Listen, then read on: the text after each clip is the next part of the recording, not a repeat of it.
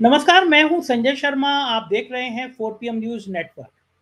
पिछले 20-25 साल से लोकसभा की कार्रवाई में लगातार बहुत ध्यान से देखता हूं। मुझे बड़ा अच्छा लगता है लोकसभा की कार्रवाई। लेकिन मुझे याद नहीं आता कि किसी लोकसभा अध्यक्ष का इतना अपमान हुआ हो और कोई लोकसभा अध्यक्ष इतनी बुरी तरह से पार्टी के पक्ष में खड़ा होता हुआ नजर आया हो, प्रधानमंत्री के सामने झुक झुक के सलाम करता हो। हमने सदन में सोमनाथ चटर्जी जैसे लोकसभा अध्यक्ष देखे हैं जिन्होंने अपनी पार्टी के विरुद्ध जाके भी फैसले दिए, पार्टी ने उनको निकाल भर दिया। मैं रोड शो करता हूँ अवैध बजी के साथ।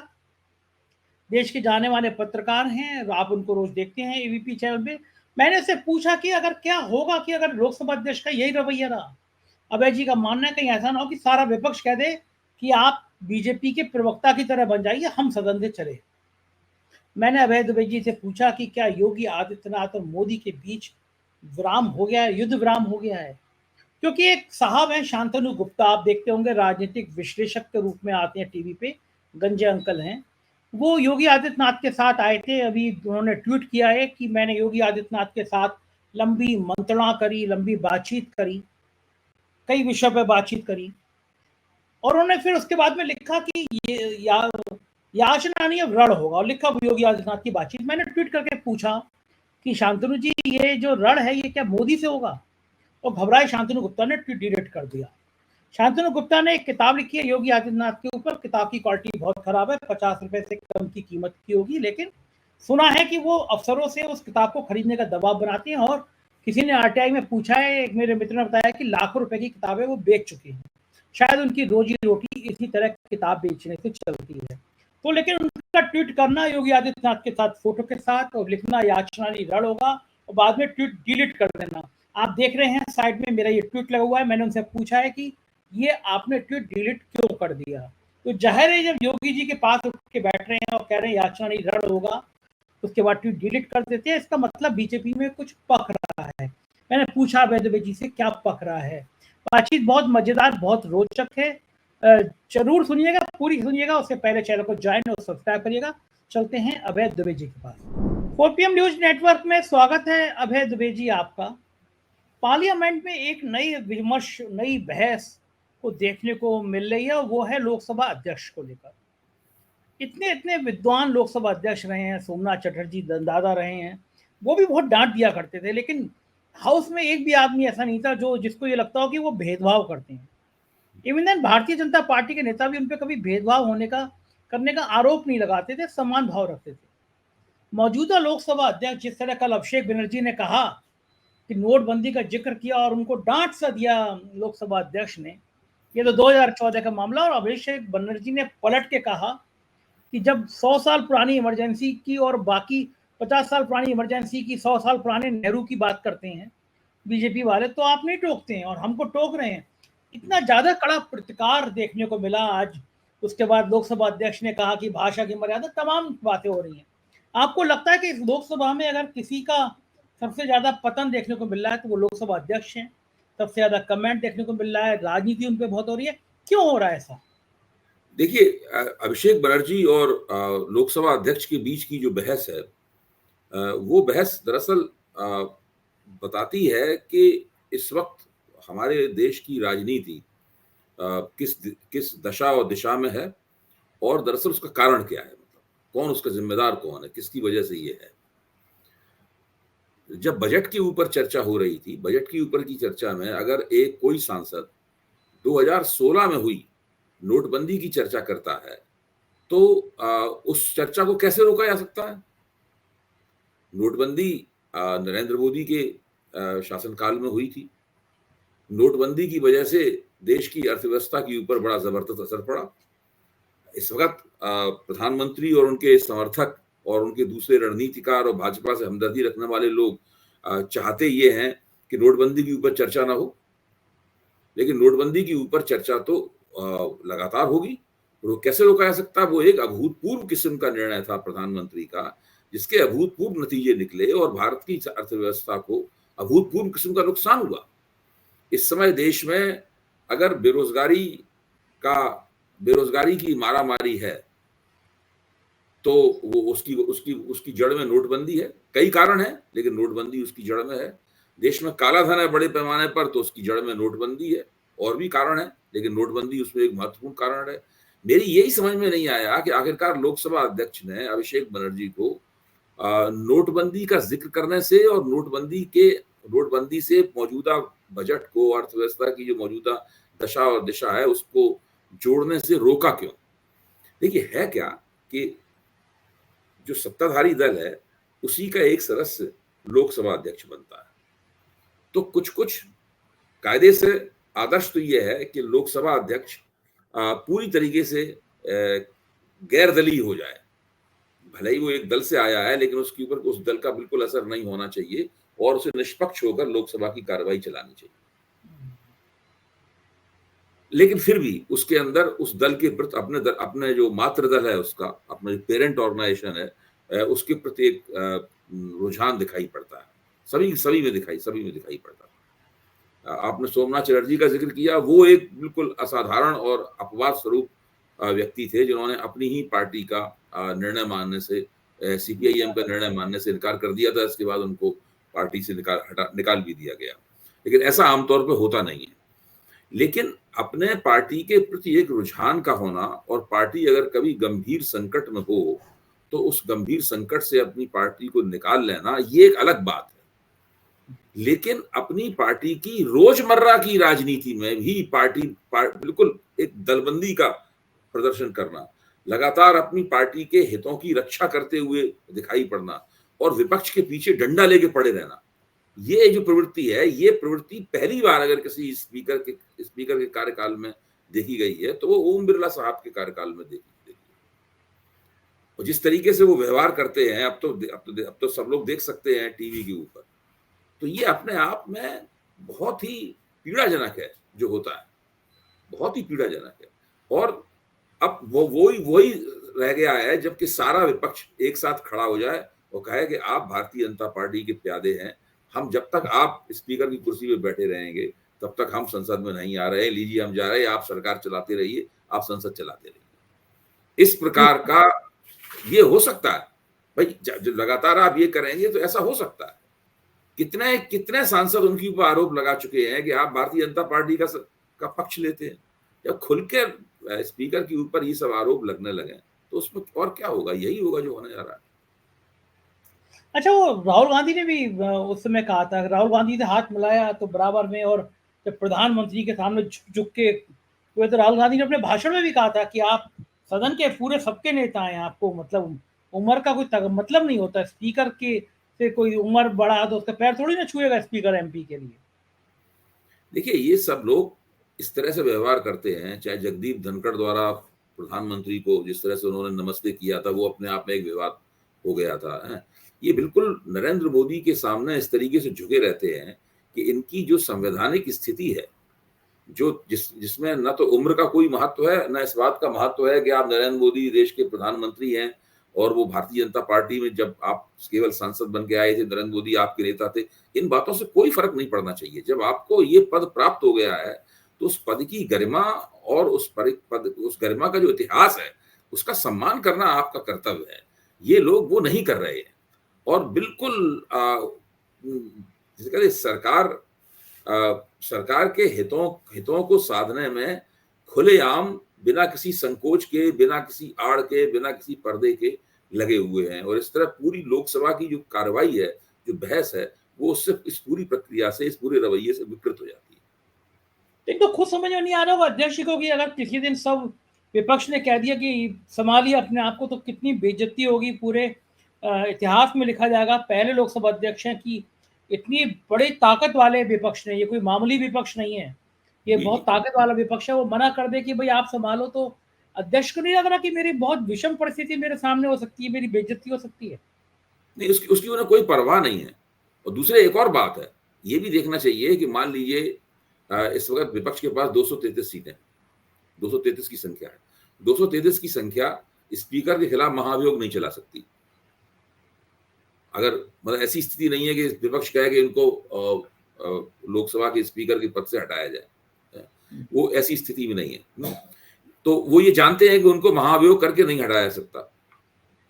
लेकिन वो क्या ये नहीं देख रहे हैं कि उन्होंने उनका जो तरीका है, जिस तरीके से पिछली लोकसभा में उन्होंने 150 के करीब सांसदों को बाहर निकाला था विपक्ष के, तो ये सब जो हो रहा है और जो इतिहास में उन्होंने कर दिया है, इससे कुल मिलाकर वो लोग जो कि लोकसभा की कार्रवाई को लोकसभा टीवी के ऊपर, टीवी अन्य चैनलों के ऊपर देखते हैं, उनके ऊपर क्या असर पड़ता होगा, लोग क्या सोचते होंगे। ठीक बात है, लेकिन कोई हो हमें कहानी, मतलब उनको तो केवल एक ही राजा दिखाई देता है, बस केवल उसी राजा की सारी स्तुति गान करना है। लेकिन जो है किरण रिजिजू ने कहा कि गाली गलौज की भाषा नहीं होनी चाहिए सदन में। ये इस तरह का विपक्ष के लिए चित्रण प्रस्तुत किया जा रहा है कि विपक्ष गाली गलौज होता रहा है। विपक्ष का तो कोई नेता गाली गलौज नहीं कर रहा। प्रधानमंत्री कह रहे हैं कि मेरे को बोलने नहीं दिया गया 3.5 गला दबाया जा रहा है, मेरा माइक बंद कर दिया गया, 2 घंटे तक मेरा गला दबाया जाता रहा, गला दबाया जाता रहा। गला दबाया जाता रहा, ये प्रधानमंत्री ने कहा। ऐसा ताल क्यों छेड़ा जा रहा है पार्लियामेंट के अंदर?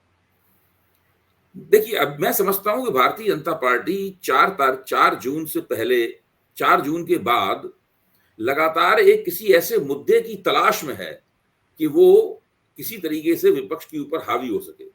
उसे मिल नहीं पा रहा है मुद्दा। विपक्ष लगातार हावी है इनके ऊपर, और ये वो बिल्कुल विपक्ष को जिस तरह पहले तिरस्कार की तरह देखते थे, अब वो स्थिति रही नहीं। तो भारतीय जनता पार्टी को अभी तक ऐसा कोई ठोस मुद्दा नहीं मिला, और मैं तो कहूंगा कि लोकसभा चुनाव के नतीजे निकलने के बाद में विपक्ष ने आज तक ऐसा कोई कदम नहीं उठाया है जिसको कहा जा सके कि वो एक फॉल्स स्टेप था, और जिसने भाजपा को मौका दे दिया हो विपक्ष को आड़े हाथों लेने का और उसे किनारे धकेलने का। ऐसा कोई मौका ही दिया नहीं। विपक्ष की राजनीति बड़े सॉलिड तरीके से हो रही है। विपक्षी एकता में कोई दरार नहीं है, विपक्षी एकता में किसी किस्म की दरार नहीं है। अब देखिए, जब इमरजेंसी को लेके संसद में भाजपा ने मसला उठाया, इसका अभिषेक बनर्जी ने सही उसका इस्तेमाल किया उस बात का। उस वक्त भाजपा को उम्मीद ये थी कि विपक्ष में इस सवाल को लेकर दरारें पड़ जाएंगी, लेकिन दरारें नहीं पड़ी। जो लोग इमरजेंसी के खिलाफ लड़े थे, जो पार्टियां और जो नेता लोग जेल गए थे, जैसे कि अखिलेश के पिताजी मुलायम सिंह जेल गए थे इमरजेंसी में, कोई दरार नहीं पड़ी। लेकिन जब निर्मला सीतारमण ने बजट पेश किया, तो उसकी वजह से केवल 2 राज्यों को जिस तरीके से वो उसमें बजट में बड़े पैमाने पर रुपया दिया गया, उसके बाद में विपक्ष ने जब इस प्रश्न को उठाया कि राज्यों के प्रति भेदभाव है, तो भारतीय जनता पार्टी की जो बेचैनियां हैं, जो उलझने हैं, वो साफ देखी जा सकती थी। उन्हें बहुत तरह की सफाई देनी पड़ी, क्योंकि ये जो विपक्ष का ये जो हमला था, इस हमले में इस बात की संभावना है कि भारतीय जनता पार्टी का जो एक फेडरलिज्म का सवाल है, और भारतीय जो खुद भाजपा शासित राज्य है, जैसे उत्तर प्रदेश को आप लीजिए। उत्तर प्रदेश में 2017 से भारतीय जनता पार्टी की सरकार है। उत्तर प्रदेश में इतनी बुरी तरीके से आप चुनाव हारे हैं, तो अखिलेश ने जो पूरा एक दृष्टिकोण पेश किया है, कोई उत्तर प्रदेश को क्या मिलना चाहिए था, क्या नहीं मिला, क्या आपने क्यों नहीं दिया, ये सब बहुत महत्वपूर्ण तरीके से उभर के आया है। विपक्ष की जो नीति है लोकसभा सदन की, उन्हें वो बहुत ही मजबूत है। जहां तक ये कहना विपक्ष गाली गलौज की भाषा का इस्तेमाल कर रहा है, पता नहीं, मैंने तो कोई गाली सुनी नहीं कभी। मैंने भी नहीं सुनी। मुझे लगा कि कौन सी गाली कहाँ दे दी गई, हमें चूक हो गई कि हम सुन नहीं पाए। अच्छा, वो जो विपक्ष भी मजे ले रहा है, धर्मेंद्र यादव ने आज फिर भाषण देते समय कह दिया कि वो अयोध्या क्या हारे, आपको मिर्ची लग गई, आपने बजट में यूपी का नाम ही नहीं लिया। ये बार बार मुझे कोई दिन ऐसा नहीं जाता जैसे नहीं अयोध्या का नाम नहीं लिया जाता हो। वो आपने वरुण ग्रोवर की पता नहीं कॉमेडी आपने देखी होगी नहीं देखी होगी, वो कहता है कि मुझे 5 साल तक किसी मजाक की जरूरत नहीं है, मैं तो बस सोच के हंसने लगता हूँ कि अयोध्या हार गए। तो बोला, मैं रात को उठता हूँ, मेरी बिल्ली देखती है कि मैं पागल तो नहीं हो गया हूँ, लेकिन मुझे एकदम याद आता है कि ये अयोध्या हार गए, मुझे हंसी आ जाती है, अयोध्या हार गए। अयोध्या इतना दर्द देता है, जानबूझ के विपक्ष बार बार अयोध्या चिल्लाता है, और अयोध्या में आने अयोध्या की पराजय तो एक रूपक बन गई है ना। अयोध्या की पराजय एक मेटाफर बन गई है, और उसके साथ में पूरे उत्तर प्रदेश की पराजय जुड़ी हुई है। अभी सीएनबीसी आवाज के ऊपर एक चर्चा हो रही थी कि उत्तर प्रदेश में भारतीय जनता पार्टी क्या हारी, क्या उत्तर प्रदेश में सब कुछ ठीक हो गया है। उस वरिष्ठ पत्रकार शामिल थे, मुझे भी उस चर्चा में भाग लेने का आज मौका मिला। तो मैं आपको बताता हूं कि उत्तर प्रदेश में भारतीय जनता पार्टी के साथ जो हुआ है, उसके बारे वो क्यों हुआ है, कैसे हुआ है, और वो कब बंद होगा, वो कब समस्या भाजपा हल करेगी, और उसमें केंद्र क्या कर रहा है, उत्तर प्रदेश से क्या हो रहा है, ये चीजें निरंतर, इसकी चर्चा कहीं बंद होने का नाम ही नहीं ले रही। हर जगह अखबारों में यही चर्चा है, टीवी के ऊपर यही चर्चा है, विभिन्न चैनलों में यही चर्चा है, और लोग उसमें बड़ा मजा ले रहे हैं, बहुत रस ले रहे हैं। यहाँ तक कि जो लोग पहले भारतीय जनता पार्टी का काफी समर्थन किया करते थे, वो लोग भी इस झगड़े में पूरा रस ले रहे हैं। बहुत मजे की बात बताऊं आपको, एक है शांतनु गुप्ता जी। वो टीवी पे कई बार चैनलों में राजनीतिक विश्लेषक के रूप में आपने देखा होगा उनको। उन्होंने योगी आदित्यनाथ पे किताब लिखी है, और योगी आदित्यनाथ पे किताब लिखी है, किताब के संग योगी जी के संग उन्होंने विमोचन में रहे योगी जी। और फिर बाद में इस तरह के जो लेखक होते हैं, कथित लेखक होते हैं, ये सरकारों पे, सूचना विभाग पे दबाव डालते हैं कि हमारी किताब खरीद लो। किताब को मैंने देखा कि उस किताब की क्वालिटी ऐसी नहीं होगी 50 रुपए की भी हो, लेकिन शायद 150 रुपए से ज़्यादा की है। और मैं कंफर्म नहीं हूँ, लेकिन मेरे को बताया गया किसी ने आरटीआई भी लगाई है सूचना विभाग में कि शांतनु गुप्ता की कितनी किताबें खरीदी गई। अब टीवी चैनलों पर वो बैठते हैं राजनीतिक विश्लेषक, और दिन भर वो भारतीय जनता पार्टी के प्रचारक की भूमिका में रहते हैं। कल उन्होंने फोटो डाला योगी आदित्यनाथ के साथ कि मेरी योगी आदित्यनाथ से लंबी मीटिंग हुई, और उन्होंने बाकी ट्वीट इंग्लिश में था, ऊपर लिखा याचना नहीं अब रण होगा। तो मैंने उसमें ट्वीट करके पूछा कि रण किसके साथ होगा, क्या मोदी जी के साथ होगा? मतलब आपने जो 2.5 घंटे में वेटिंग करी योगी आदित्यनाथ से और फिर लिख रहे हैं याचना नहीं रण होगा, तो ये रण का इशारा किसकी तरफ है? और सारा भाव ये था कि योगी जी इतने मास्टर आदमी है, इतना उन्होंने माफिया खत्म कर दिया। और मैंने जैसे ही ट्वीट किया, वो उन्होंने अपना ट्वीट ही डिलीट कर दिया। मैंने पूछा रण किसके साथ होगा? तो दो बातें हैं आपसे अभय जी समझना चाहता हूँ, क्योंकि आप भी बड़े बड़े टीवी चैनलों पर जाते हैं। शांतनु गुप्ता ने और भी भाजपा नेताओं की किताबें लिखी है, किताबें बेचते हैं, फिर वो सरकारों में जा जाके और मुनाफा कमाते हैं, अपनी रोजी रोटी चलाते हैं। लेकिन टीवी चैनलों में वो राजनीतिक विश्लेषक लिखे जाते हैं, वहां पे बात करेंगे पूरे बीजेपी के प्रवक्ताओं से भी 2 कदम आगे जाके, क्योंकि उन्हें अपनी किताबें बेचनी है। और वहां लिखा जाएगा राजनीतिक विश्लेषक, और ट्वीट डिलीट कर दिया कि याचना नहीं रण होगा। तो ये जो रण वाली बात उन्होंने लिखी और योगी आदित्यनाथ से लंबी बैठक के बाद लिखी, क्या इसका इशारा है कि वाकई में रण होने जा रहा है? देखिए, नरेंद्र मोदी के भारतीय राजनीति में उदय के साथ पत्रकारिता के क्षितिज पर 3 नए किस्म के तत्वों का उदय हुआ।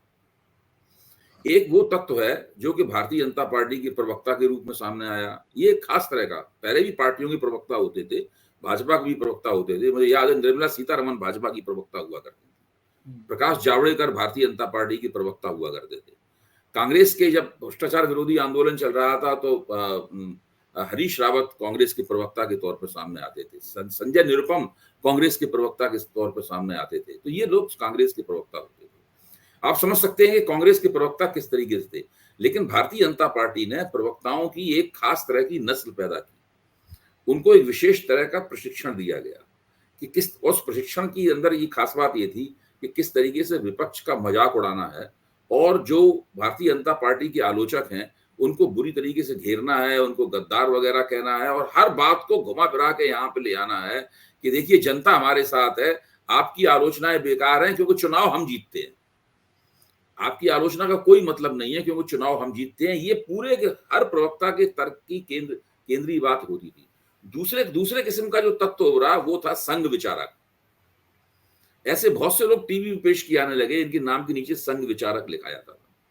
तो उनसे उम्मीद की जाती थी कि भाई संघ का कोई विचार पेश करेंगे। भाई ठीक है, भाजपा संघ का अंग है, लेकिन फिर भी संघ एक अलग तरह का संगठन है। भारतीय जनता पार्टी रोजमर्रा की राजनीति में भाग लेती है, तो उनसे उम्मीद की जाती थी कि वो रोजमर्रा की भाजपा की राजनीति है उससे हटकर राष्ट्रीय स्वयंसेवक संघ का कोई विचार हो, मतलब जो है वो पेश करेंगे। लेकिन ऐसा नहीं किया गया। ये लोग भी जो रोजमर्रा की राजनीति होती है उसमें भाजपा के प्रवक्ता की तरह आचरण करते हुए नजर आए।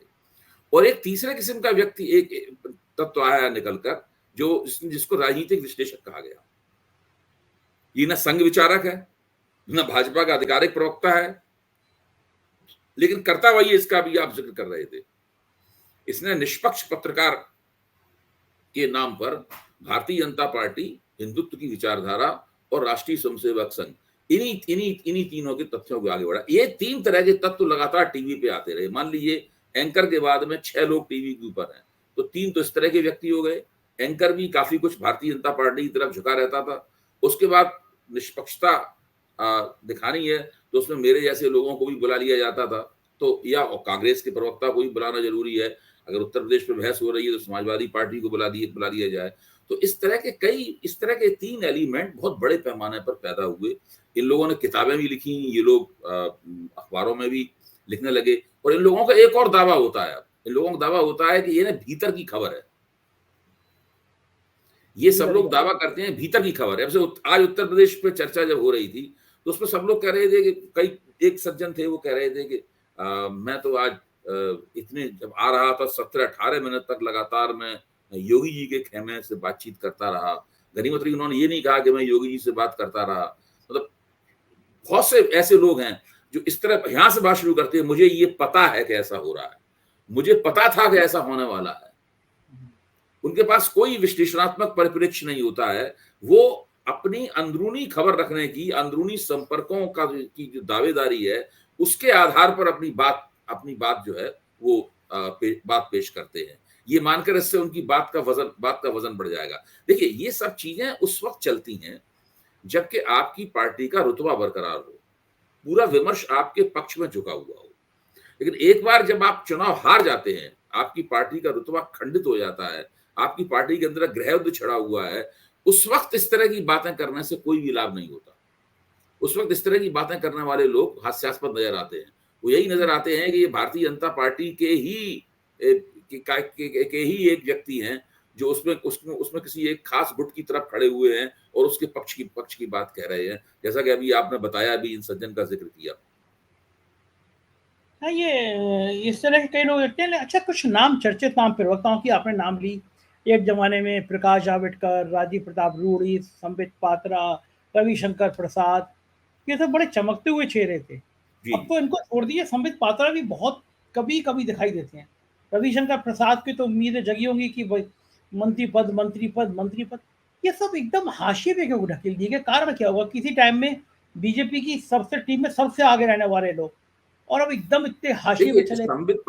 संबित पात्र ने तो भारतीय जनता पार्टी के प्रवक्ता के तौर पर काफी ख्याति प्राप्त की। उनके पास एक खास शैली थी जिसमें विपक्ष का तिरस्कार करना, उसका मजाक उड़ाना और एक नाटकीय तरीके से अपनी बात कहने के लिए वो बहुत चर्चित हुए। अब तो वो उड़ीसा से सांसद हैं, चुनाव जीत गए हैं इस बार। मुझे लगता है कि भाजपा ने उनको प्रवक्ता से भी आगे बढ़कर कोई और महत्वपूर्ण जिम्मेदारी दी है जिसमें वो लगे हुए हैं। रविशंकर प्रसाद तो मैं मानता हूं कि उन्हें मोदी सरकार में केंद्र में मंत्री होना चाहिए। मतलब उनकी जो योग्यता और वरिष्ठता है उसके लिहाज से उन्हें केंद्र में मंत्री होना चाहिए, और वो बहुत संतुलित तरीके से टीवी के ऊपर बड़ी अच्छी तरह अपनी बात रखते हैं। बजट के ऊपर भी अभी उन्होंने एक कार्यक्रम में अपनी बात रखी, उस कार्यक्रम में मैं भी शामिल था, तो बहुत संतुलित तरीके से उन्होंने अपनी बात रखी। तो उनकी जो योग्यता और क्षमता है, उनको किन कारणों से केंद्रीय मंत्रिमंडल से हटाया गया और क्यों दोबारा फिर मंत्रिमंडल में नहीं लिया गया, ये अपने आप में काफी अटकलों का विषय है।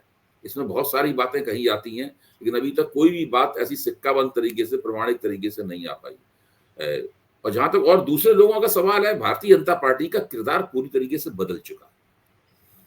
अब तो हालत यह है कि एक व्यक्ति जो कांग्रेस का प्रवक्ता था, अब बताइए कांग्रेस के जिन प्रवक्ताओं ने बिल्कुल एन आखिरी मौके पर कांग्रेस छोड़कर भाजपा से, राधिका खेड़ा भाजपा में गई थी, गौरव वल्लभ भारतीय जनता पार्टी के अंदर चले गए थे कांग्रेस छोड़ के। अब इन लोगों का क्या भविष्य है? कोई भविष्य नहीं। मुझे लगता है कि ये लोग अफसोस कर रहे होंगे कि हमने क्यों निर्णय लिया, हम थोड़ा अगर इसी पार्टी बने रहते तो आज और बेहतर स्थिति में होते। तो इन लोगों ने गलत निर्णय लिया, और मुझे नहीं लगता कि भारतीय जनता पार्टी में जाने का अब पहले की तरह कोई समय है। ठीक बात है, बिल्कुल वो दौर तो शायद खत्म हो गया। मेरे पास दिल्ली से मेरे पास आज एक बड़े सीनियर लीडर का फोन आया। उन्होंने मुझसे पूछा कि क्या आपको जानकारी है कि योगी जी के संपर्क में 50 से ज्यादा सांसद हैं? अगर योगी को हटाया गया तो 50 से ज्यादा सांसद योगी के पक्ष में खड़े हो सकते हैं। मैं कहा, मेरे पास तो ऐसी जानकारी नहीं है। क्या आपको लगता है अभय जी की ऐसी स्थिति आ सकती है कि अगर योगी आदित्यनाथ को छेड़ा गया तो बीजेपी के बड़ी संख्या में सांसद योगी आदित्यनाथ के समर्थन में आ सकते हैं? नहीं, सवाल ये है कि योगी जी को अगर छेड़ा गया, उन्हें मुख्यमंत्री पद से हटाया गया, तो क्या वो भाजपा छोड़ के अलग पार्टी बनाएंगे? क्या वो खुद इतनी हिम्मत करेंगे? भाई जाहिर है कि उन्हें मुख्यमंत्री पद से हटाया जाएगा तो उन्हें बहुत नाराजगी होगी, बहुत गुस्सा आएगा, उन्हें बहुत ही क्षोभ होगा वो है। लेकिन वो उस प्रतिक्रिया में करेंगे क्या, सवाल इस बात का। अगर वो अलग पार्टी बनाएंगे, अगर इस प्रकार की संभावना है, तब हम सोच सकते हैं कि कितने एमएलए उनके साथ जाएंगे, कितने एमएलसी उनके साथ जाएंगे और उत्तर प्रदेश के कितने सांसद उनके साथ जाएंगे, तब हम लोग सोच सकते हैं। मुझे तो नहीं लगता कि वो ऐसा करेंगे, मुझे नहीं लगता कि वो भारतीय जनता को अलग कोई पार्टी बनाएंगे। ये बात सही है कि वो हिंदू युवा वाहिनी को दोबारा खड़ा कर देंगे, क्योंकि जिस वक्त उन्हें मुख्यमंत्री बनाए जाने की चर्चा चल रही थी, तो अमित शाह ने उनके सामने एक शर्त रखी थी कि आप हिंदू युवा वाहिनी को भंग कर दीजिए। तो योगी जी को मुख्यमंत्री की कुर्सी पर बैठने के लिए अमित शाह की शर्त माननी पड़ी और उन्होंने हिंदू युवा वाहिनी को भंग कर दिया। उस वक्त तो हिंदू युवा वाहिनी के जो नेता थे, उस बाद में उनके उस नेता को प्रताड़ित भी बहुत किया गया, सुनील सिंह। हाँ, उनको प्रताड़ित भी बहुत किया गया। तो ये तो बात सही है कि वो योगी जी सोच रहे होंगे कि किस तरह हिंदू युवा वाहिनी को पुनर्जीवित किया जाए। तो जब उन्हें हटाया जाएगा तो पहला काम तो वो यही करेंगे, हिंदू युवा वाहिनी को पुनर्जीवित करेंगे और भारतीय जनता पार्टी के खिलाफ जगह जगह उनके उम्मीदवार खड़े करके चुनाव लड़ाने की प्रक्रिया शुरू हो जाएगी। इसका तो इतना अंदाजा तो हम लोग लगा सकते हैं। बाकी तो फिर वो परिस्थितियों को देखेंगे, तोल मोल करेंगे कि क्या करना चाहिए, क्या नहीं करना चाहिए। अच्छा, बीजेपी के लिए क्या फायदेमंद रहेगा कि 2027 तक योगी आदित्यनाथ मुख्यमंत्री बने रहे या योगी आदित्यनाथ को हटा के कोई पिछड़ा वर्ग का मुख्यमंत्री बनाया जाए? देखिए, 2024 चल रहा है, 24 अब खात्मे की तरफ है, यानी 24 में जुलाई का महीना खत्म होने जा रहा है, 7 महीना हो जाएंगे 24 में। तो 24 में तो अब ज्यादा चुनाव में, हाँ, 24 में तो कोई ज्यादा समय बचा नहीं है। और 25-26 अगर 2025 आधा गुजरते गुजरते इन्होंने आदित्यनाथ को नहीं हटाया तो फिर ये योगी जी को नहीं हटा पाएंगे। जितनी देर लगाएंगे उतने ही योगी जी के हटने की संभावनाएं कमजोर होती चली जाएंगी। तो आपको लगता है कि अगर हटाना है तो उन्हें जल्दी हटाना पड़ेगा। तो आपको लगता है कि कई जो भाजपा के जो लोग ऐसे लोग हैं जो दावा करते हैं कि भाजपा के अंदरूनी मसलों की उन्हें खबर है और वो सब अंदर नजर रख के रहते, उन सब लोग कहना यह है कि केंद्र में कुछ फैसले हो चुके हैं, उन फैसलों को लागू नहीं किया गया है, लेकिन उत्तर प्रदेश के बारे में कुछ महत्वपूर्ण फैसले कर लिए गए हैं और उस सही समय की बाट जो ही जा रही है कि कब उन फैसलों को लागू किया जाए। हो सकता है महाराष्ट्र और हरियाणा के चुनाव नतीजों का इंतजार हो।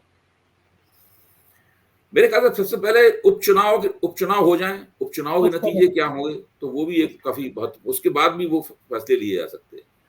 लेकिन मैं अपने मित्र विजय त्रिवेदी की इस बात से ही सहमत हूं कि उत्तर प्रदेश में कोई युद्ध विराम नहीं हुआ है और विजय त्रिवेदी तो ये भी कहा है कि युद्ध विराम का मतलब ये नहीं होता है इसको युद्ध खत्म हुआ मान लिया जाए। ये युद्ध विराम का मतलब है युद्ध अभी बाकी है, विराम है, खत्म नहीं हुआ है। बिल्कुल ठीक बात है और राजनीति पे निगाह बनी रहेगी। बहुत बहुत शुक्रिया अभय जी, आपने समय दिया, आभार, थैंक यू। सुना आपने, ये थे अभय द्विवेदी जी और आपको यकीन हुआ होगा कि ये बातचीत कितनी जोरदार थी और अभय जी ने सारी बातों को कितना तार्किक ढंग से जवाब दिया। कैसी लगी बातचीत बताइएगा जरूर, चैनल को ज्वाइन करना ना भूलिएगा, सब्सक्राइब करिएगा। थैंक यू, शुक्रिया।